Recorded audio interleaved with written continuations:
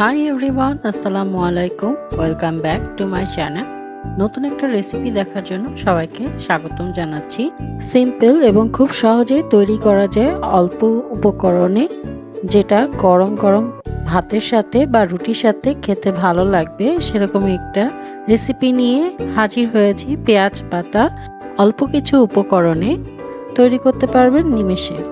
এই জন্য প্রথমে আমি প্যানে তেল দিয়ে এর মধ্যে 1 কাপের মতো পেঁয়াজ অ্যাড করে দিচ্ছি। পেঁয়াজ অ্যাড করার পরে সাথে এর মধ্যে 4-5টা মরিচ এভাবে ফালি করে অ্যাড করে দিয়ে পেঁয়াজটা আমি অল্প কিছুক্ষণ ভেজে নিব। পেঁয়াজটা কিন্তু লাল করে ভাজার কোনো প্রয়োজন নাই। যতক্ষণ নরম হয়ে আসছে ততক্ষণ আমি পেঁয়াজটা ভেজে নিয়েছি। পেঁয়াজটা নাড়াচাড়া করে এখন আমি এর মধ্যে কেটে রাখা পেঁয়াজ কলি এবং আলু অ্যাড করব। পেঁয়াজ কলিটা ঠিক আমি এমন করে কেটেছি এবং আলুটাকে লম্বা করে কেটে নিয়েছি। চেষ্টা করবেন চিকন চিকন যে পেঁয়াজ কলিগুলো পাওয়া যায় সেগুলো ব্যবহার করতে। আর এই ভাজিটা কিন্তু আমি সম্পূর্ণ না ঢেকেই তৈরি করব। আর পেঁয়াজ কলির ভাজির মধ্যে পানি দেওয়ার কোনো প্রয়োজন নাই, এর থেকে প্রচুর পানি বের হবে। এই ভাজিতে খুব বেশি মশলার কোনো প্রয়োজন নাই। স্বাদ মতো লবণ দিয়ে দিব আর 1 চিমটি পরিমাণ হলুদ ব্যবহার করব। এছাড়া কোনো রকম আর কোনো ধরনের মশলা আমরা এই ভাজিতে ব্যবহার করব না। লবণ হলুদ ভাজির সাথে খুব ভালো করে মিশিয়ে নিব। আর চুলার জাল এই পর্যায়ে মিডিয়াম হিটেই থাকবে। আর এই পর্যায়ে কিন্তু পেঁয়াজ কলি থেকে প্রচুর পরিমাণে পানি বের হবে। পানিটা শুকিয়ে আসা পর্যন্ত আমরা ভেজে নিয়েছি। আরও 5 মিনিট আমরা এটাকে ভেজে নিব। আজকের পেঁয়াজ কলি ভাজিতে আমরা ডিম ব্যবহার করছি। আমি একটা ডিম নিয়েছি।